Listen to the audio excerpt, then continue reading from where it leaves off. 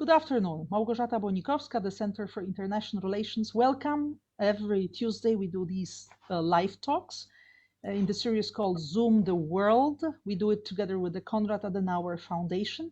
We discuss the situation in Europe, in the world, from the political perspective. But today we discuss very much in details the country who is quite close to us geographically, but we think we don't have enough knowledge about this country in Poland, the Netherlands. The Netherlands, who will rule the Netherlands? Because actually in this country now we have elections, parliamentary elections. So we'll see tomorrow, I guess it will be clear more or less already the result, but the opinion polls give us already certain view on that. Let me welcome our guests today. Małgorzata Boskarczewska. Dzień dobry, hello. Dzień dobry, how are you? I'm fine, everything is fine here. Małgorzata knows it very well because she's Polish-Dutch journalist. There has been many years, I don't mention how many, you live in the Netherlands. You have a Dutch husband as well, and you know the details about this society. And Małgorzata is also a journalist of the portal we recommend. Everybody who is interested in this country can follow it, polonia.nl. And Tom de Bruijn. Hello, Tom. Hello, good afternoon. Good afternoon. It is an honor to have you over. Ambassador de Bruijn is actually a diplomat, many years in the service for the Netherlands.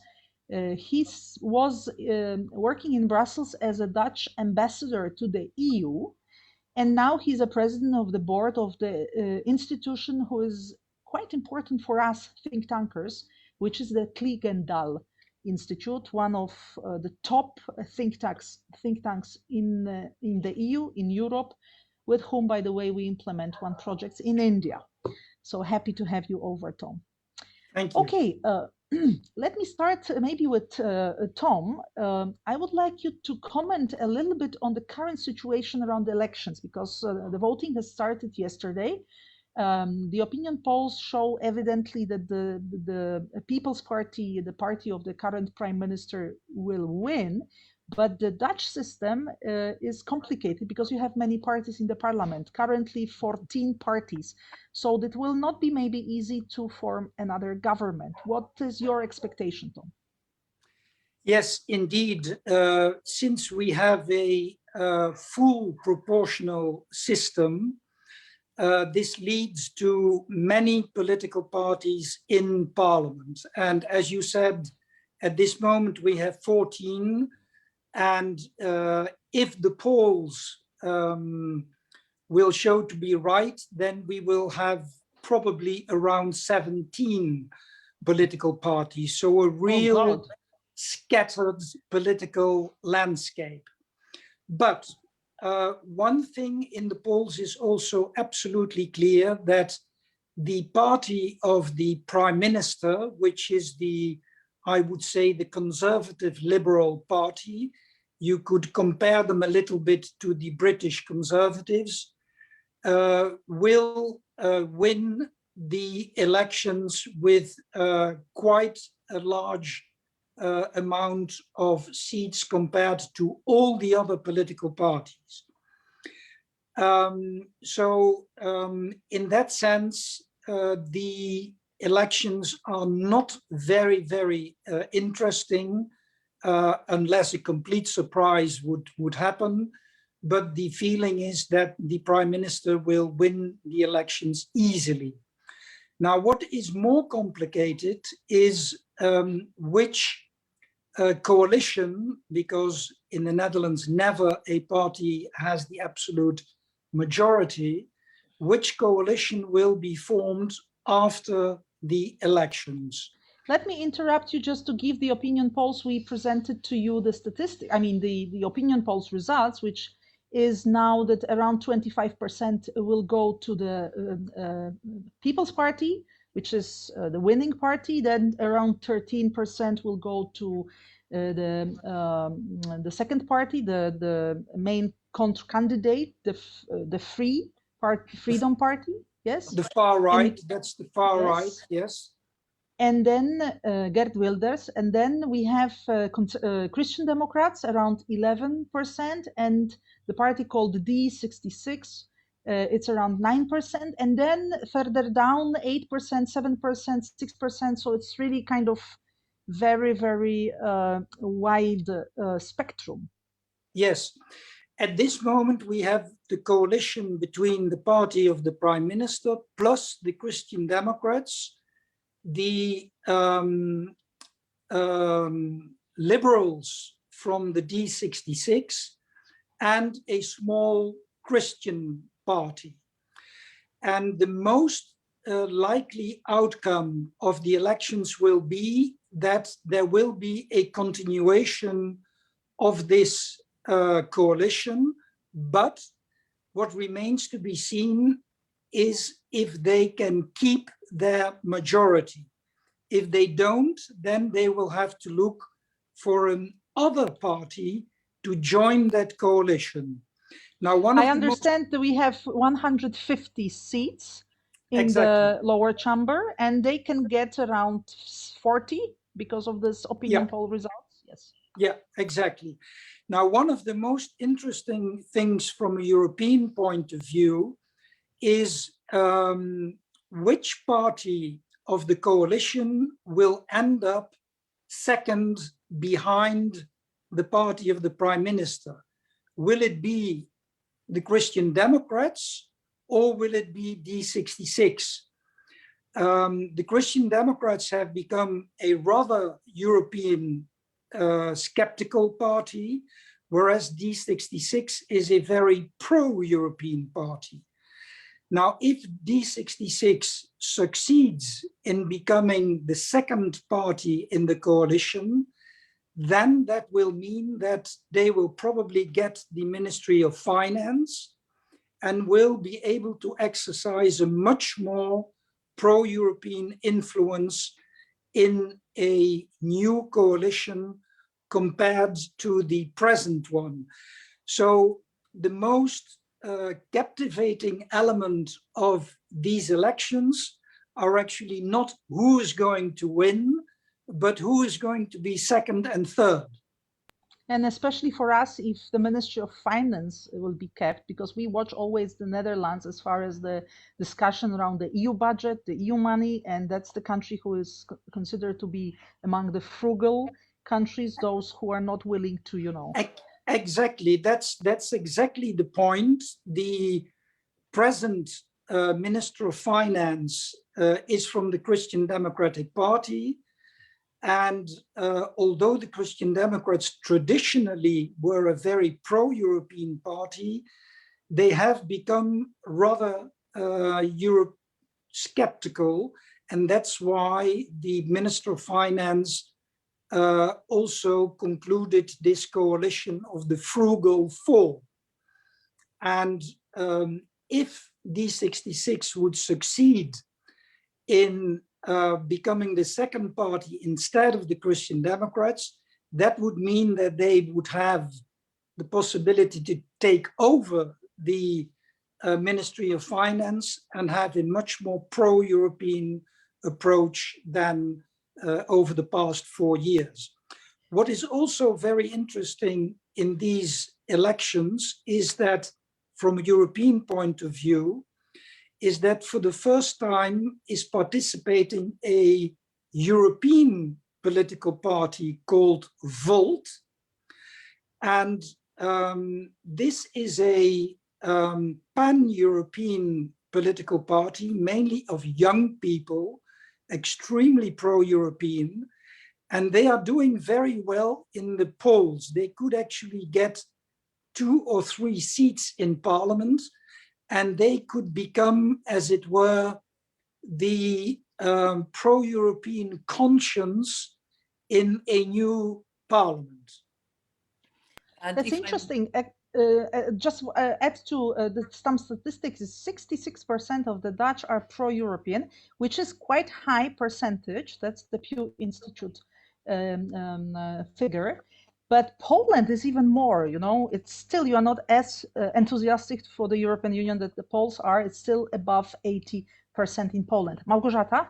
Yeah, I understand that Tom de Bruijn, as the former ambassador of the Netherlands to the European Union, is very pro-European and concerning the European dimension.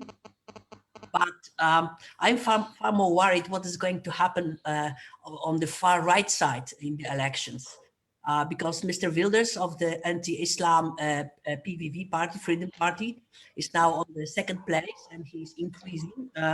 And there are other far-right parties, Forum for Democracy of Thierry Baudet, which is also going up, and a newcomer, another new party which was established just in December, called Ja 21, which is also going to win some seats in the parliament.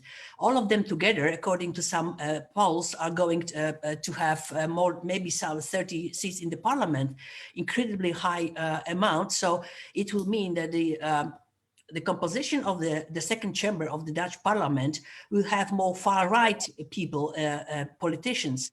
So it can also change discourse in the Dutch parliament. And this is worrying. When you mean far right, you mean also Eurosceptic more, and also Yes, maybe anti-Muslim, yes. because the Yes. Wilders Party is known because of that. Anti-Islam, PVV, and Forum of Democracy. Forum of Democracy wants to get the Netherlands out of European Union, I think, and PVV just out of Euro. And there are also other parties who are not so much pro-European. On the left side, for example, socialists. So there will be more tension in the Dutch Parliament, also in respect to the European integration, European policy making, but also with respect to other very important issues bothering a lot of. Also, we're talking about in the election about the migration and asylum seekers to the Netherlands, because it's, I think, the topic number one in these elections, because parties on the right, also the party of the Prime Minister, sees to decrease number of migrants coming to the Netherlands, especially asylum seekers from Middle East, while people on the left side, like the party of Mr. Ambassador D66, are willing to accept more migrants. So this is another tension in the Dutch. Yes, I want to ask you about that, because also I want to wider ask about the government's perception by the Dutch, because of course we know and we follow the problems the government had, and actually the Prime Minister decided to quit. They formally are running the country, but the government is over. It has been some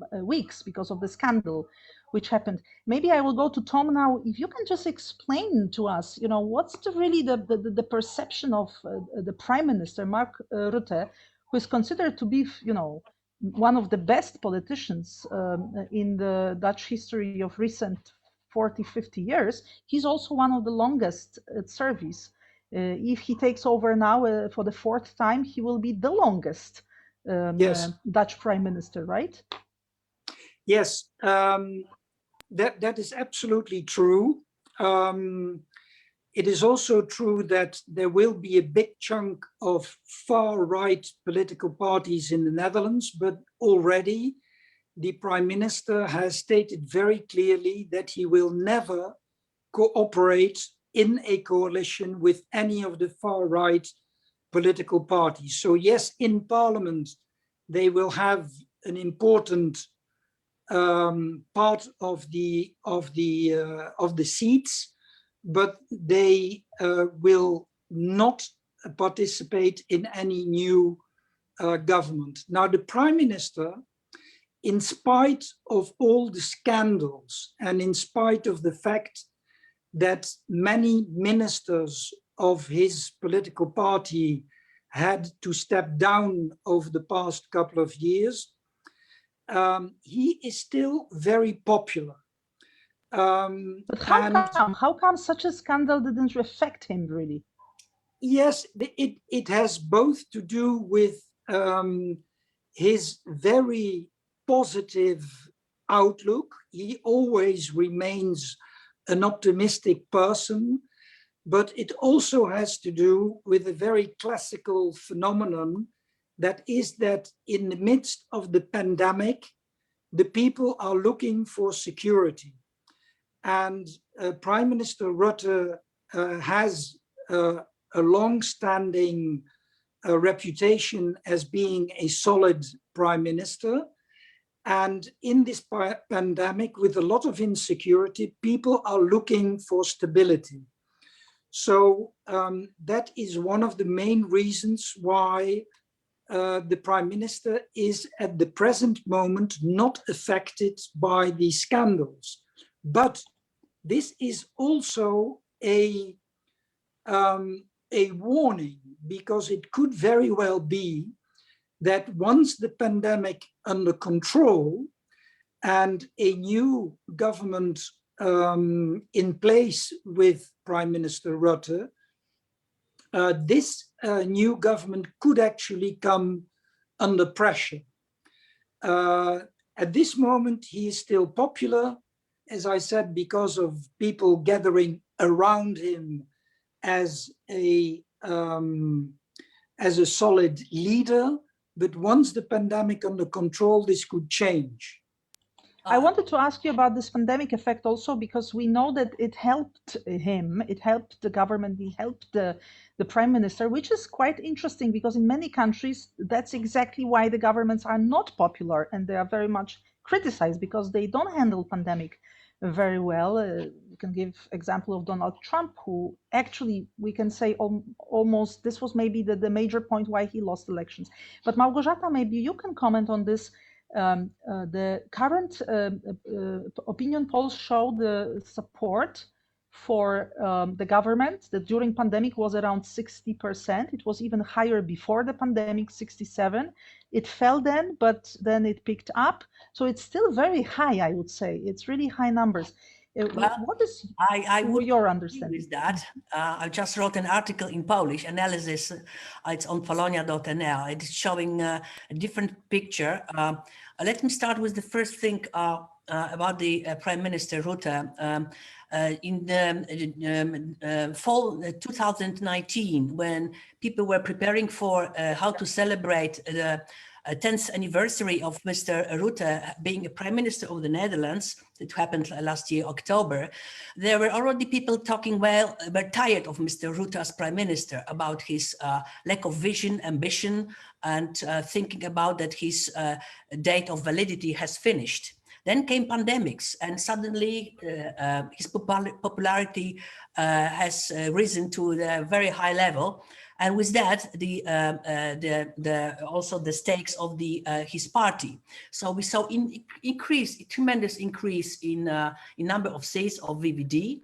And what happens now from the beginning of January, it's falling down. So the VVD is falling down, and it's continuously, it's a trend.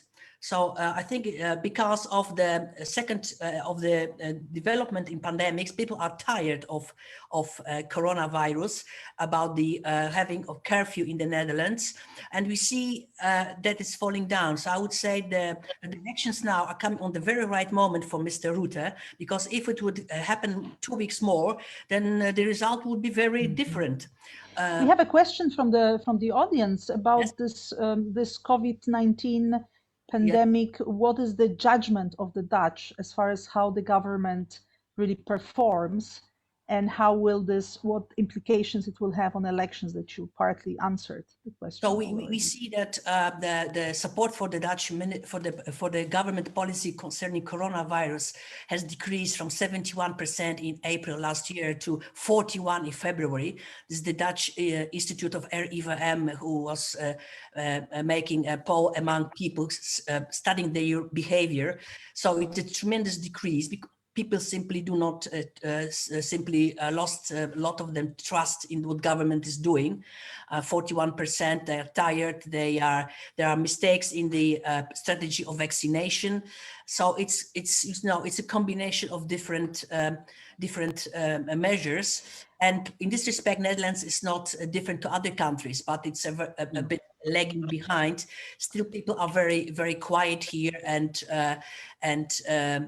really loyal to the government. But nevertheless, people are complaining, especially the owners of the restaurants, small businesses which are closed. They are really fed up, and probably they will support the far right in these elections. I was yesterday. I want to ask you about one more thing, because we saw in the Polish media the protests in the Netherlands, and the Polish public television and the public media were commenting, the media which are connected with the government, which is state television, conservative right? Government, yes. That we're giving an example that, see, that's exactly how the situation looks like in Netherlands. This government who wants to be such a pro-European and pro-values, just the governs in the way that the people are not happy. So can you comment a little bit on this, on this position vis-a-vis the values, vis-a-vis the rule of law as well, because vis-a-vis the scandal as well, because in Poland, many journalists mention the Netherlands as an example that, you say one thing, and then when you dig into your political system, the truth is completely different.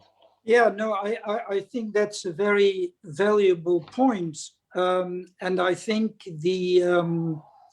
let's say the self-image of the Netherlands has been shaken by this scandal, because it was shown in a parliamentary inquiry that the Ministry of Finance and the tax authorities had actually broken the rule of law on many instances. And this is actually a story that is not finished, because there will be, under the next government, a new parliamentary inquiry into other practices of the tax authority, notably on discrimination, for example, with regard to people with double nationality. So this is a story that is not finished, and I think it will have an influence on the self-image of the Dutch. We thought that we were the best in school, and that the rule of law was above any suspicion in the Netherlands. And now this has been shaken by this terrible scandal. And this is also something mentioned by the Polish media and the Polish politicians of the government. Maybe Małgorzata can comment on that. What's the understanding of, do you have a different understanding of rule of law than we do? Because now we have controversy around this term, rule of law. It just happens that it seems like many people understand it differently. I would like to show you this book. This is this man from parliamentarian MP of the Christian Democrats, together with the, he wrote a book about this scandal, children benefit scandal, how to cope with it. Coming back to the rule of law, I asked this question to the candidate of Social Democrats, Kati Piri, who was the Euro parliamentarian, and now in this election she's on number 5 on the list of Social Democrats. What does she make of this rule of law disaster with relation to this children benefit scandal in the Netherlands? And she told me a very important thing. The major difference is, namely, that in the Netherlands, the rules have been broken, but not on purpose. The government has not made a law in order to change, breaking the rule of law to achieve some goal. No, this happened by accident. The whole system was, in fact, not working properly, but it was not done on purpose. It's a side effect, by effect, of a lot of systematic mistakes. So this is the major difference between the Netherlands and Poland, because it's not done on purpose, not intentionally.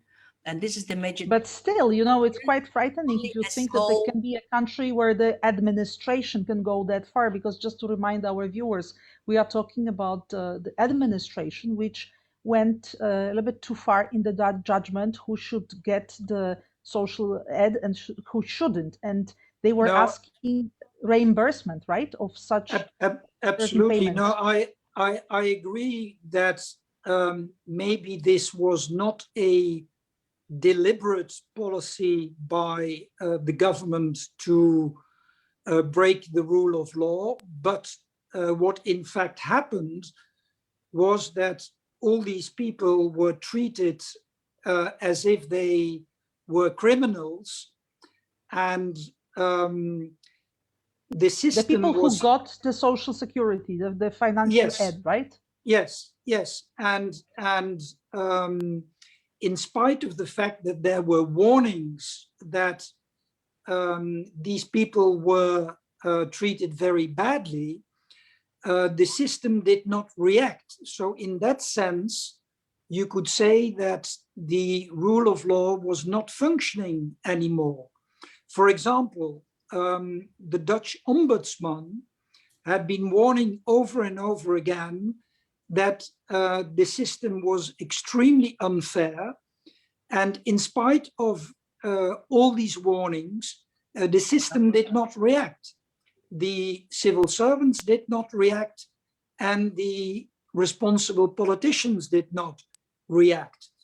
So that indeed, although maybe it was not a deliberate act, remains a very, very severe breach of the rule of law. And if I add something, there are also some Polish families involved in that, because the people who were labeled as offenders were people of migrant background. They were looking at their names. If they have not a Dutch name, surname, so they are potentially cheating, because they were using an algorithm. You know, this is the problem. They were not people personally looking, you are a cheater. No, these are algorithms, computers searching. You gave a criterion to search for a surname, and they were finding these people. And this is so this is a so-called artificial intelligence, but the criteria was given by human beings. So something was wrong with the algorithm. By the tax office. Okay, in this context, I want to ask you, Małgorzata, I want also to ask you about the perception of Poland, because we had an impression discussing the discussion around even the EU budget last December that the Netherlands was the country who was specifically, very careful about this rule of law principle, and Mark Rutte was the one who was leading the coalition of these countries who wanted to have this kind of clause into the EU law. So Małgorzata, in this regard, what is the perception of Poland now, these recent months and years in the Netherlands, in this context? Well, if I read the Dutch press and listen to the radio, television, it's a very bad reputation in the Netherlands. It's a country who is breaking the rule of law together with Hungary, and Poland has a very bad press. And we are losing all the good standing we built from 2004 till 2015. We are losing everything, and very bad press and reputation. We are losing all built capital, so it's a disaster. Yes, but at the same time, I would like to put a little bit nuance into that, because it is true that in general, the Dutch are critical about what is happening in Poland. But at the same time, I would say that the general view about Poland, for example, is much more positive, or if you want to formulate it, less negative than, for example, with regard to Hungary. Oh, yes.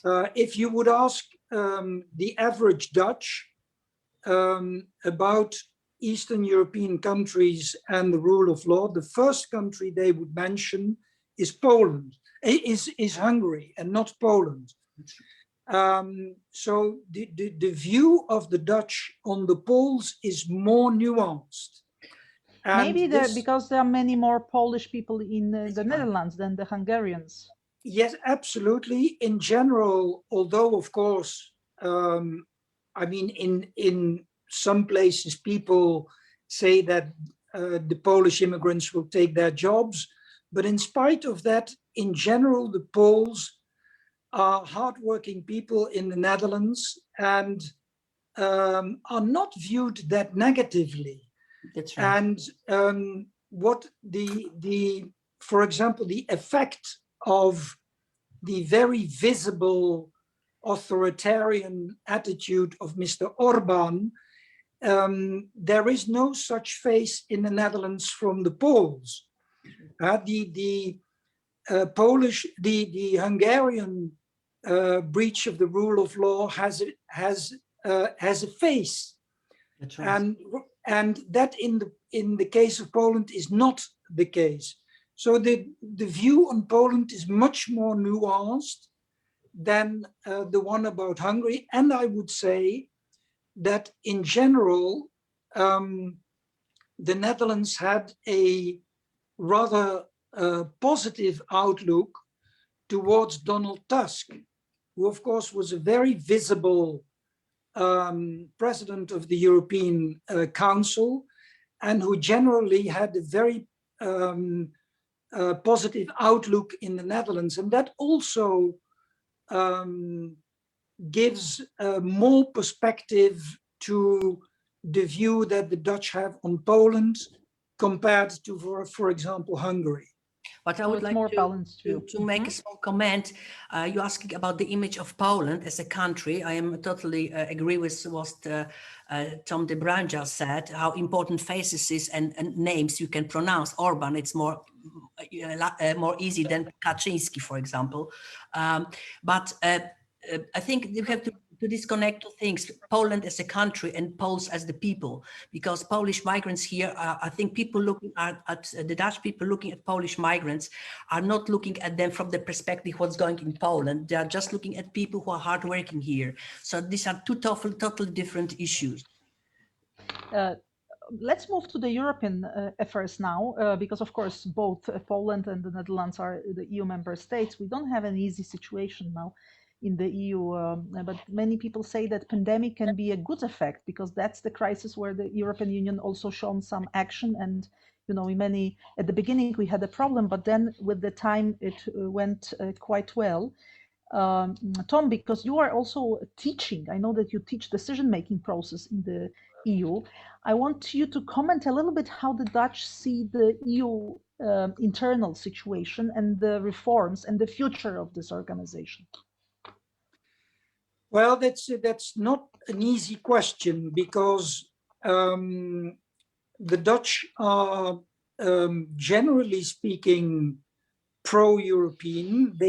Because they know that economically speaking, the Dutch are completely dependent on the European Union.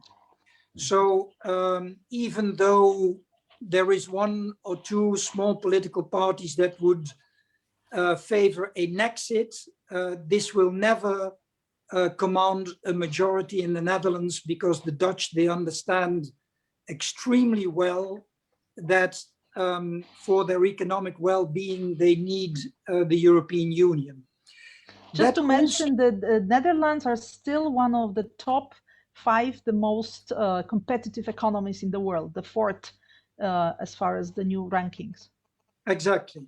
Yes, and for example, anyone working in the Netherlands, and particularly in the port of Rotterdam, understands that Rotterdam, one of the biggest harbors in the world, is such an economic powerhouse because of the European Union.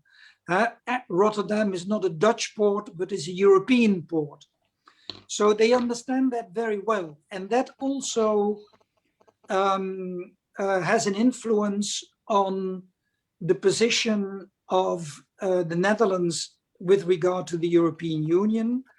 There are both positive and negative elements, I would say. The positive one is that the Dutch government traditionally, and the next one will be, extremely pro-internal market. Any further development of the internal market will be welcomed by the Netherlands, because we know that will benefit the Dutch. On the other hand, I think unless, as I said, D66 would gain the Ministry of Finance, the Dutch will remain skeptical, and the government, on things like debt mutualization or large fiscal transfers from the north to the south. the Prime Minister at this very moment continues to emphasize that the present package that was concluded in the European Union to combat the negative economic effects of the pandemic is a one-time thing and not a structural development. So that shows very clearly that there is still a lot of reticence in the Netherlands towards large-scale fiscal transfers from the north to the south. And also, you were not very positive about this vision of Euro bonds, just for many, many years to come. Absolutely. As I said, debt mutualization, that is something that is really looked upon with a lot of skepticism in the Netherlands. There are, I would say that there are both positive and negative elements in the Dutch outlook to the European Union. And I could add two more on that scale. I think by and large, the Netherlands are relatively constructive when it comes to a further development of the European foreign policy, for example, giving more clout to strategic autonomy, and also on an enhancement of the cooperation in the field of European defense. On the other hand, on the more negative side, I think the Dutch will remain very skeptical on further enlargement of the European Union. And to come back on the issue of the rule of law, I think partly the very strong position that Mark Rutte took on the issue of the rule of law in, for example, Hungary and Poland, is also a warning for the further enlargement of the European Union. The government will put a lot of emphasis that before further enlargement can be decided upon, that it must be absolutely sure that on those issues, newcomers will be fully abiding by the European rules. Just to remind the viewers, of course, the Netherlands is one of the founding states of the European communities that is so many years together that from our perspective, we sometimes forget that it's not 16 years, it's much longer. It's almost 70 years these countries were together, so it's almost unimaginable to split. But how to keep the union working, that's the major question. And I wanted also to switch to Małgorzata, if you can just comment a little bit, do you think if there are any lessons learned from this pandemic year, 2020, for the perspective how the EU is viewed?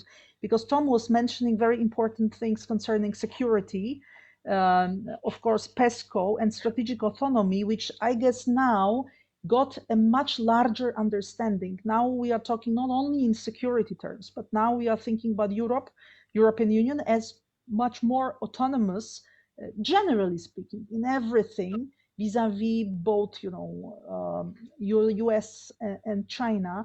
So, Małgorzata, what do you think about these lessons that the Dutch could take from 2020?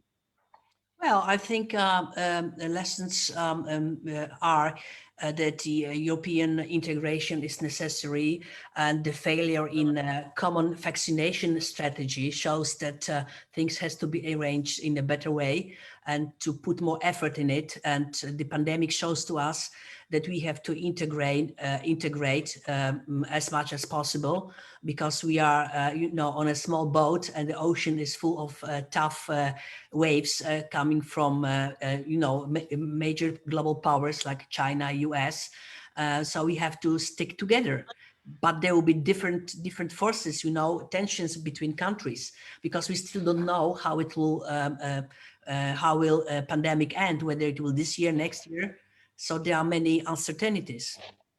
I have to add at this moment that, you know, the Netherlands is considered to be the most influential country in the EU among the small. If you take the Yes, small countries, the well, Netherlands, 17 million people around, right?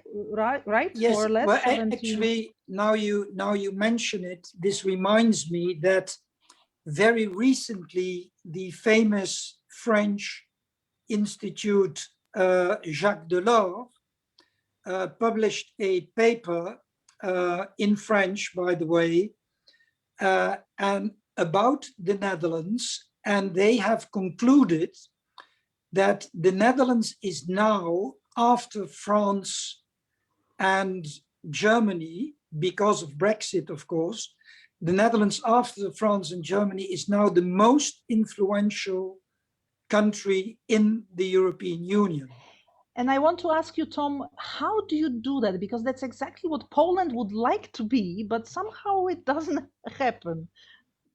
Well, I have not said that I agreed with the French paper, although there is quite some truth in it. I think what the Dutch have done rather well is that right from the beginning, they have understood that the Brexit would have a tremendous impact on the position of the Netherlands within the European Union. And that instead of crying over spilled milk, they have immediately, even before Brexit was a fact, they have started to adapt their internal EU coalition building. And this has different aspects. One of them was this so-called Hanseatic League, the cooperation between the Netherlands and the Nordic countries and the Baltic states. But it also had a renewed interest in trying to cooperate between the two poles of the Franco-German axis, not just Germany, but also France. France was always a country that we left a little bit on the side because we thought that the British were our biggest allies.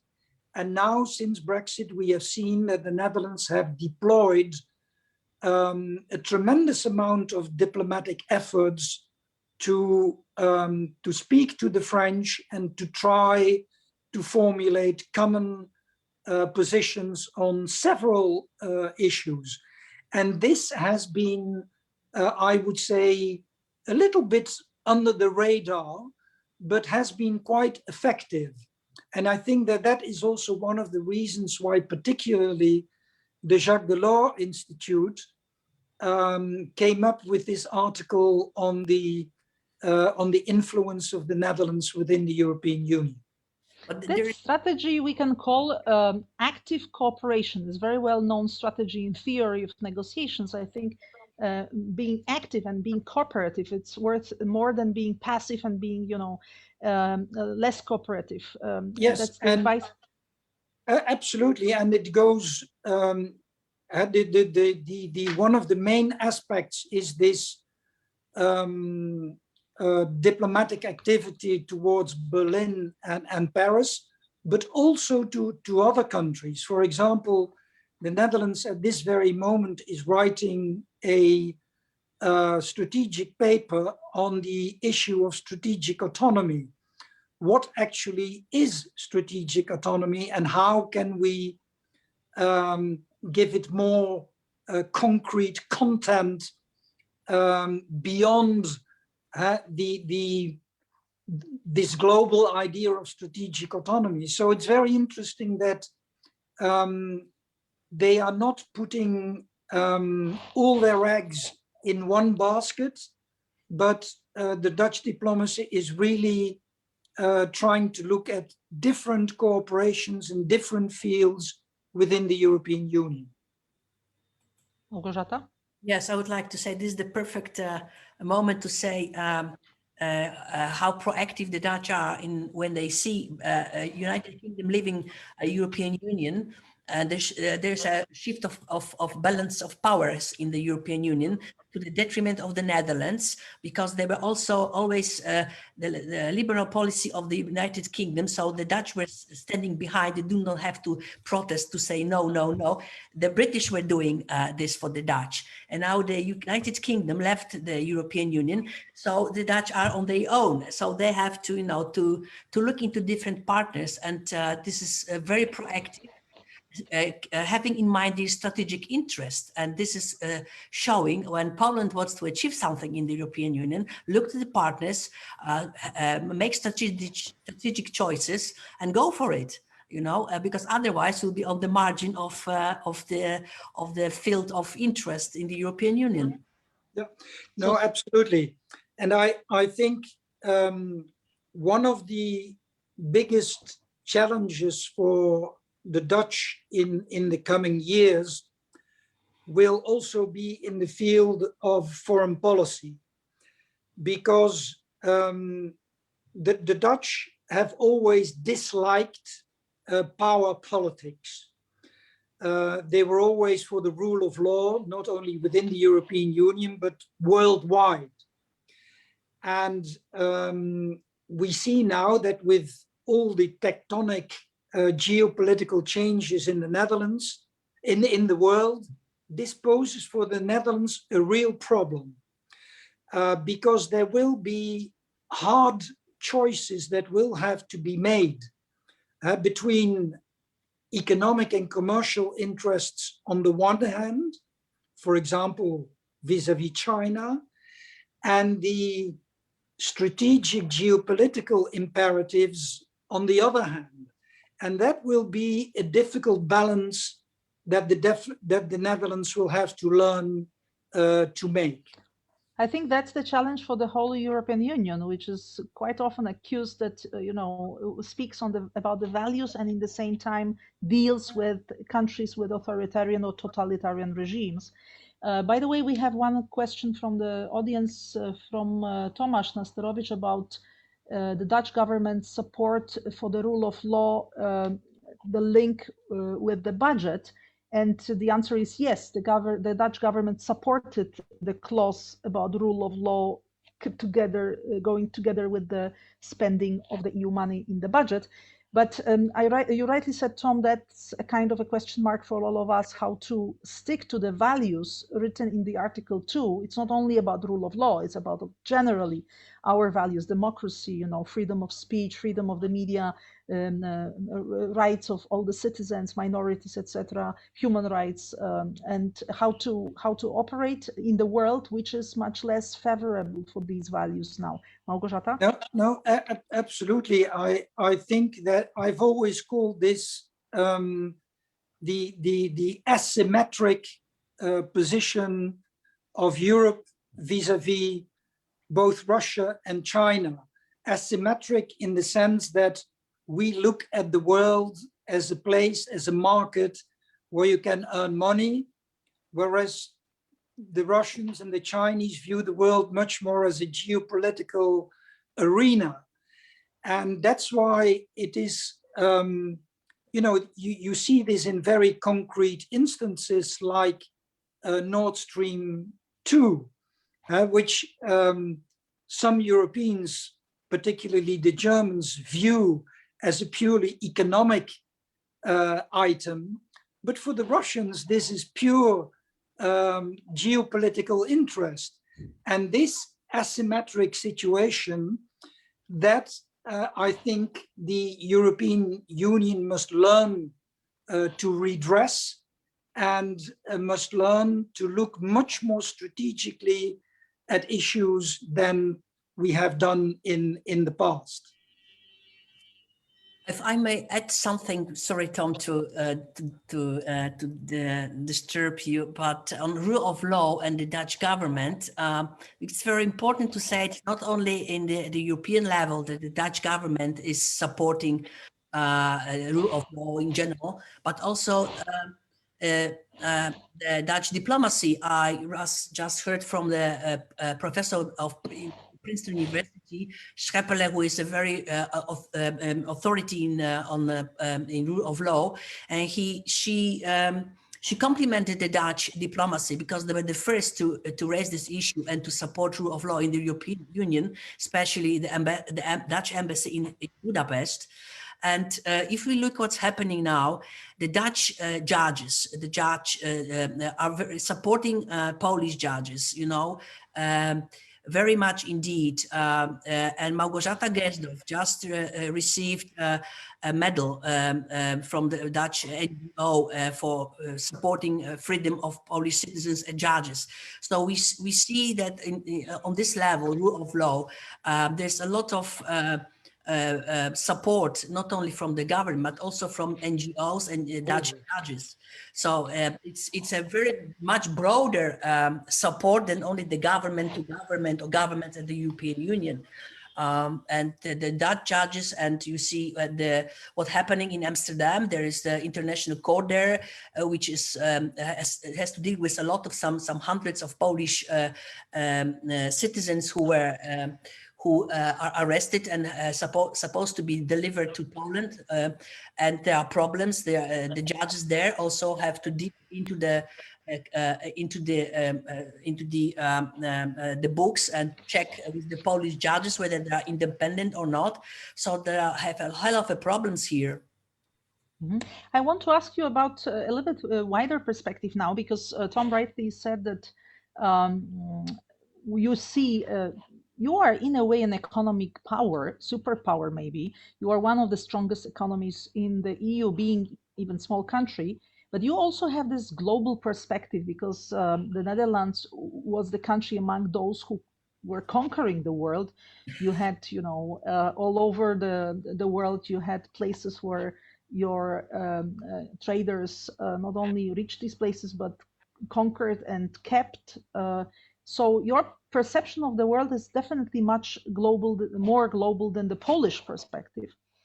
I want to ask you about how the Dutch see the chances for the EU to be really a global player, and what are really the interests of the Dutch in places like Indonesia, which traditionally or for many, many centuries were very much connected economically, is still, you know, Asia is still the major point of reference. So how far the Dutch go global today? Well, that's an interesting question, because I would say on the one hand, there are still many Dutch, and particularly also many Dutch companies that have a global outlook. But if you look at the figures, you see that more and more the Dutch are dependent on Europe, and also in intra-European trade. So yes, we are still definitely a country that looks at the world at large, but I would say less so than we used to be.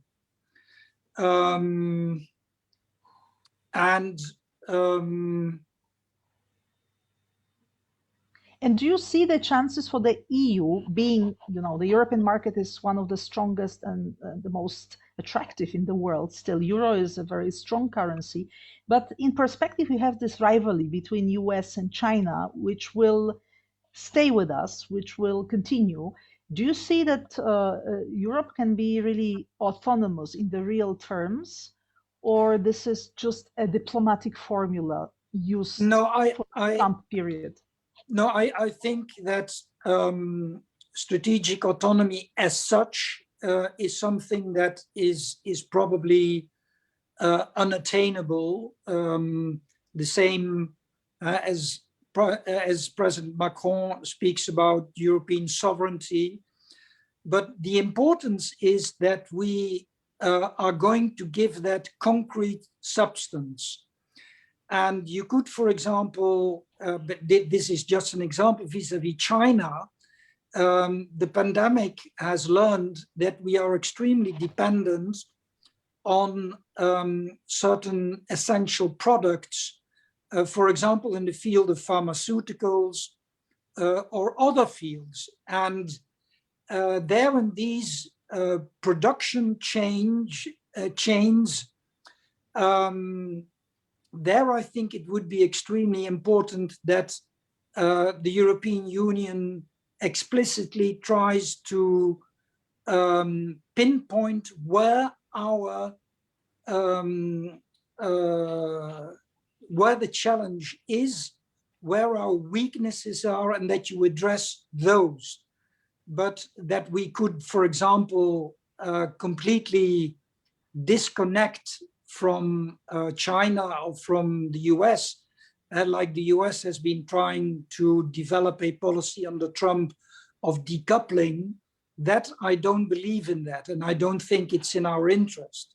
So we will have to find a balance between addressing our real vulnerabilities in times of crisis and keeping an open world trade system. And there's a balance between the two.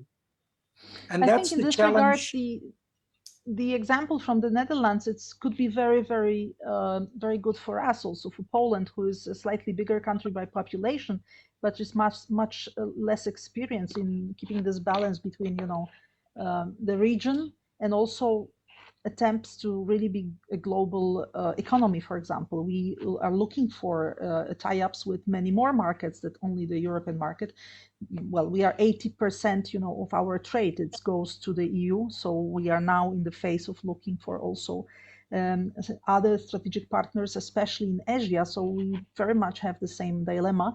But I want to ask Małgorzata also one more thing, if I may, because the Pew Research Institute gives us the figure that the Dutch are one of the most positive, most, optimistic society in the European Union. 92% of the Dutch see the future in optimistic way, much more than the French, who are very pessimistic, much more than Italians and the Spanish, who are very, very pessimistic, even much more than the Poles and Eastern Europeans, who are more optimistic than the South, but not as optimistic as you in the Netherlands. Małgorzata, could you explain us this? Why, from where does it come that it's such an optimistic perspective? Well, maybe the other question is how comes the results that they are so optimistic? If you ask now the voters, this is the result from 2019, before the pandemic started. So I think if you ask people now, they will have totally different opinions. I mean, everywhere. So I think their rate of satisfaction will be quite low. But I'm not asking about the government support. I'm asking about generally, the optimistic view of the future. That they say that the children will have even better life than us. So it's something different. The Dutch children are considered to be the happiest in the world. This is the world-known famous achievement of the Dutch, the children. This is the way how you educate and bring up children. And the Dutch are very famous of that. But the question was put to the adults, not to the children. So it's the perspective how the adults see the children's future. Are bringing up adults. So they make them happy. No, this is a joke. But I think this is the way how Dutch are looking into the world. They are very normally, I mean, outside, besides of pandemics, they are very stable people, and they're very solid and take their life as it is, and are working very hard. So they see their results coming, and they are emotionally they're very stable. So I think this is they maybe Calvinistic, some would say, aspect of their character helps them to be so positive, and because working hard, you see the results. Tom, any comment on that? Yeah, I think that when you ask the Dutch now, in general, they give the answer that I'm doing fine, but the country is not doing that fine. Yeah. But there are probably a lot of cultural explanations for this positive attitude. But I would also tend to believe that one of the reasons is that if you compare the Netherlands to other countries in Europe, particularly for example, the United Kingdom or France, is that the income differences in the Netherlands remain rather low, even though they have increased, and that is worrying me, and that is certainly something which is a challenge for the next government. And I believe every political party now in the Netherlands will address that issue.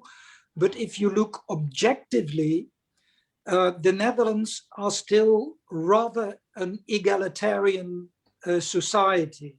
So social inequalities would be less. The gaps will be less. Social inequalities are much less than if you compare that to other countries. If you look, for example, at the Dutch big cities, even though, you know, we have problems in certain areas, if you compare the big cities with, for example, the United Kingdom, or even the banlieue in Paris, we don't have that. I remember very well when I was active as a local politician in The Hague, and we took at a certain moment an American group of people from New York, and we paid a visit to one of the less well-to-do areas in the Netherlands, in The Hague. And when we were walking through that area, the Americans said, when do we arrive? Because, because actually it was compared to, you know, to bad areas in American cities. It was a rather prosperous part of the city. Mm-hmm. And I think that that is one of the reasons why, in general, the Dutch are more happy than if you compare that to other places in Europe. An interesting point. I guess that's the very good explanation, not only for Netherlands. It could be a good also advice to other governments not to have too wide gap between, you know, the social groups, and this is what makes the society happier. We have to end, unfortunately, at this note. Our time is over. I just remind everybody interested in the European political scene that in Netherlands we have the elections. Tomorrow on the 17th of March will be more or less known. Let's keep fingers crossed. You will have a government soon, not like last time that it took 250 or more even days to form the government in such a vibrant political landscape of so many parties in the parliament. So let's see who will be, well, we'll know more or less who will be the prime minister, but let's see who will be the second, and finally what the government will be in the Netherlands. Thank you very much for this talk. Małgorzata Boss-Karczewska was with us, and Tom de Bruijn, Your Excellency, Mr. Ambassador, thank you very much. Pani redaktor, bardzo dziękujemy. Thank you very much, and join us next Tuesday for the next talk. Thank you. Bye-bye. Bye.